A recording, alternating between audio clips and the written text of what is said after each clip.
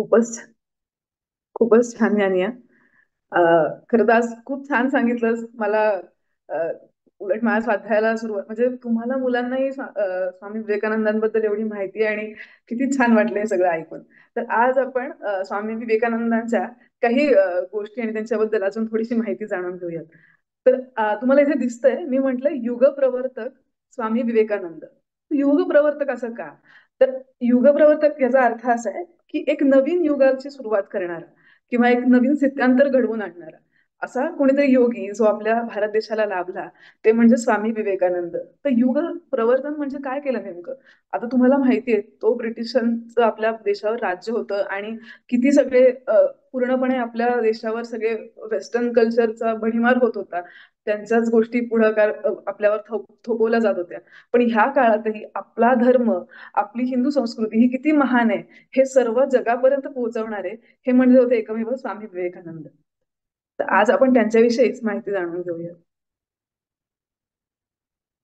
तर स्वामी विवेकानंद यांचा जन्म 12 जानेवारीच्या दिवशी 1863 मध्ये मकर संक्रांतीच्या दिवशी झाला. म्हणजे आणि तेच जसं ज्ञानियाने सांगितलं की राष्ट्रीय युवा दिन म्हणून तो आज साजरा केला जातो. त्यांचा जन्म उत्तर कोलकात्यामध्ये सिमलापल्ली नावाच्या ठिकाणी झाला. त्यांचे वडील विश्वनाथ दत्त हे खूप मोठे वकील होते. अतिशय सधन त्यांचं असं कुटुंब होतं, खूप मोठं कुटुंब होतं त्यांचं. हे तुम्हाला इथे दिसतंय. मी त्यांच्या आई भुवनेश्वरी देवी दत्त ह्या त्यांचा फोटो इथे लावलेला आहे. आणि हे त्यांचं जे आहे ते सध्या कोलकातामध्ये तिथे हे स्मारक जे त्यांच्या जन्मस्थानाचं आहे त्याचाही फोटो मी इथे तुम्हाला दाखवले. तर हे अतिशय छान असं अतिशय ज्ञानी आणि अतिशय सात्विक असं कुटुंब होतं. भुवनेश्वरी देवी अतिशय प्रसन्न शांत आणि एकदम सदाचरणी अशा आई होत्या. आपल्या मुलांवर त्यांनी खूप चांगले संस्कार केले. आणि विश्वनाथ दत्त बाबू सुद्धा खूप मोठे वकील असले तरी ते अतिशय म्हणजे सर्व लोकांना मदत करणारे, सर्वांना शिक्षणासाठी प्रोत्साहन देणारे असे अतिशय असे चांगले नावाजलेलं असं ते व्यक्तिमत्व होतं. तर लहानपणीचं नाव विवेकानंदांचं म्हणजे नरेंद्र. तर नरेंद्र हे लहानपणापासून अतिशय हुशार होते, अतिशय खोडकर, अतिशय अभ्यासू सुद्धा आणि अतिशय त्यांची एकाग्रता मी तुम्हाला इथे दाखवलं बघा. एक त्यांचा लहानपणीचा छोटासा असा किस्सा आहे की एकदा म्हणजे त्यांना लहानपणापासूनच ध्यान धारण्याची खूप आवड होती. तर एकदा ते एका खोलीमध्ये असे सगळे आपल्या मित्रांबरोबर ध्यान करत होते. तर तेव्हा एक साप आला आणि सगळे मित्र असे उठून पळून जायला लागले. पण विवेकानंदांची मात्र ध्यान एवढं त्यांचं एवढी एकाग्रता होती, एवढं छान ध्यान त्यांचं लागलं होतं की तो साप अलगद त्यांच्या बाजूने गेला तरी त्यांना कळलं नाही. आणि असेच विवेकानंद अतिशय दानशूर सुद्धा होते. म्हणजे असं एक असा प्रसंग आहे की ते म्हणजे घरातली कुठलीही महागडी वस्तू जरी असली ना तरी ते जे समोर येईल मागणारा जो गरीब गरजू असा माणूस असेल त्याला लगेच देऊन टाकायचे. तर त्यांची आई कधी कधी त्यांना कोंडून वरच्या खोलीत ठेवायची की काही गोष्टी देऊ नये. तर असंच इथे एकदा किस्सा एक गरीब माणूस त्यांच्या कडे आला भिक्षा द्यायला आणि त्यांनी आपल्या वडिलांची एक एकदम महागाची शालच त्याला देऊन टाकली काहीच विचार न करता. अशा त्यांना खूप कळवळा होता सामान्य जनतेबद्दल, गरीब गरजू लोकांबद्दल. त्यांना खूप वाटायचं मनापासून आणि ते त्यांच्यासाठी सगळं काही करायला तयार कायम असायचे. आणि स्वामी विवेकानंद प्रचंड हुशार, अतिशय तेजस्वी असं व्यक्तिमत्व होतं. म्हणजे कोलकात्याच्या प्रेसिडेन्सी कॉलेजमधनं तेव्हा त्यांनी BA मध्ये फर्स्ट क्लास मिळवला होता. आणि त्यांचा अभ्यासाचे विषय म्हणजे बघा पाश्चात्य तर्कशास्त्र, पाश्चात्य तत्वज्ञान म्हणजे वेस्टर्न कल्चरचा त्यांनी भयंकर अभ्यास केला होता. त्यांनी त्याच्यात कला शाखेची पदवीही मिळवली होती. आणि तेव्हा त्या एवढ्या मोठ्या कॉलेजमधनं ते पहिले आले होते. आता नरेंद्र ते विवेकानंद हा प्रवास कसा झाला हे पण आपण थोडंसं बघणार आहोत. तर पहिल्यापासूनच विवेकानंदांना देव काय आहे, कुठे आहे, मला त्याला भेटायचं अशी खूप प्रचंड त्यांना इच्छा होती. त्यांना खूप अध्यात्मामध्ये खूप अध्यात्माची त्यांना खूप आवड होती. तर ते कायम सगळ्यांना म्हणजे ते खूप लोकांना भेटायचे. तुम्ही देव पाहिलाय का? तुम्हाला देव भेटलाय का? तुम्ही मला देवाला दाखवू शकाल का? असं ते खूप मोठ्या-मोठ्या लोकांना म्हणजे साधू किंवा मौलाना असं सगळ्यांना ते भेटायचे. आणि पण मात्र त्यांना कुणीही ठाम कधी उत्तर दिलं नाही. आणि एकदा नोव्हेंबरमध्ये 1881 मध्ये त्यांची गुरु परमहंस रामकृष्ण स्वामींची ओळख झाली. त्यांच्या एका मित्रांच्या घरी ते सुरेंद्रनाथ म्हणून त्यांचे एक मित्र होते विवेकानंदांचे. त्यांच्या घरी स्वामीजी आले होते आणि तेव्हा त्यांची तिथे भेट झाली. आणि जो सत्शिष्याचा शोध रामकृष्ण परमहंसांना होता, तो त्यांना साक्षात म्हणजे विवेकानंदांना भेटल्यावर त्यांना अतिशय आनंद झाला की आणि मग त्यांनी पुढे त्यांना अनुग्रह दिला आणि त्यांच्या मार्गदर्शनाखाली विवेकानंद स्वामींची खूप ध्यानधारणा आणि साधना चालू होती. आणि असं काही सगळं छान चालू होतं. आणि रामकृष्ण परमहंस म्हणजे दक्षिणेश्वराचं जे कालीमातेचं मंदिर आहे त्याचे ते खूप मोठे उपासक सुद्धा होते. त्याचा इथे मी फोटो तुम्हाला दाखवला आहे. कालीमातेचं मंदिर आहे आणि ते म्हणजे देवीची मूर्ती आहे आणि तो फोटो आहे जो मंदिराचा आहे. मग ते खूप मोठे उपासक होते आणि खूप अतिशय म्हणजे खूप उंचीवर असे पोहोचलेले असे ज्ञानी पुरुष होते रामकृष्ण परमहंस. तर मग असं हे सगळं त्यांचं विवेकानंदांचा अभ्यास आणि साधना सगळी चालू होती आपल्या गुरूंच्या मार्गदर्शनाखाली. आणि तेव्हा म्हणजे खूप मोठं संकट स्वामी विवेकानंदांवर आलं. ते म्हणजे असं झालं की स्वामीजींचं शिक्षण चालू होतं, BA लास्ट इयर त्यांचं चालू होतं. आणि तेव्हा अचानक त्यांच्या वडिलांचं हृदयविकाराने एकदम निधन झालं. आणि तसं त्यांचं कुटुंब छान होतं, म्हणजे पैसे वगैरे व्यवस्थित होते. पण पण वडील असताना म्हणजे ते खूप सढळ हाताने सगळ्यांना मदत करायचे. कितीतरी लोकांना कर्ज वगैरे मिळवून देण्यासाठी ते स्वतः जामीन म्हणून राहिले. म्हणजे तर मग आणि भरपूर घरी त्यांच्या लोक आश्रयाला होती, जे अभ्यास म्हणा किंवा काही कामासाठी किंवा काही मदतीसाठी.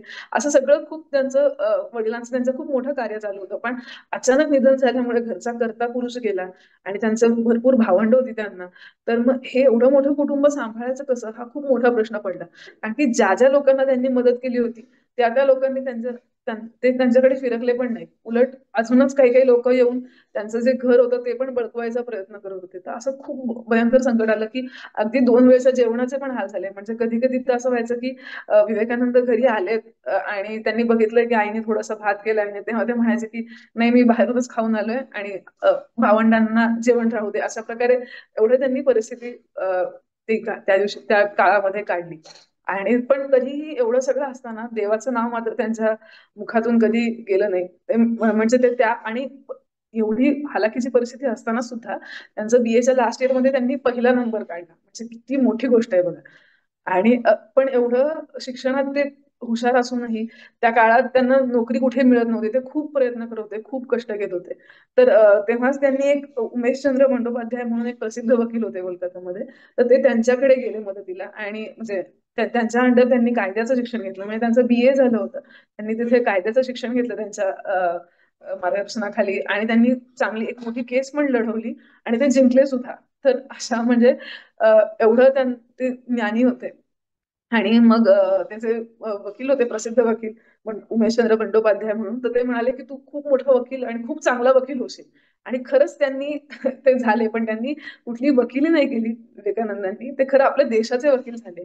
आपला धर्माचा प्रचार आणि आपला त्याचा स्टँड घेण्यासाठी त्यांनी एवढं जगात भ्रमंती केली, एवढं सगळीकडे प्रचार प्रसार केला आणि अशा प्रकारे त्यांनी आपल्या देशाला सगळीकडे एवढ्या मोठ्या पातळीवर रिप्रेझेंट केलं. तर मग अशी ती म्हणजे खरंच एक खूप मोठं इन्स्पायरिंग अशी गोष्ट आहे. आणि मग अशी खूप परिस्थिती होती, जसं मी तुम्हाला म्हणलं की हालाकीचे दिवस होते. आणि त्या काळात मग त्यांच्या तोंडात कायम देवाचं मुखात देवाचं नाव असायचं.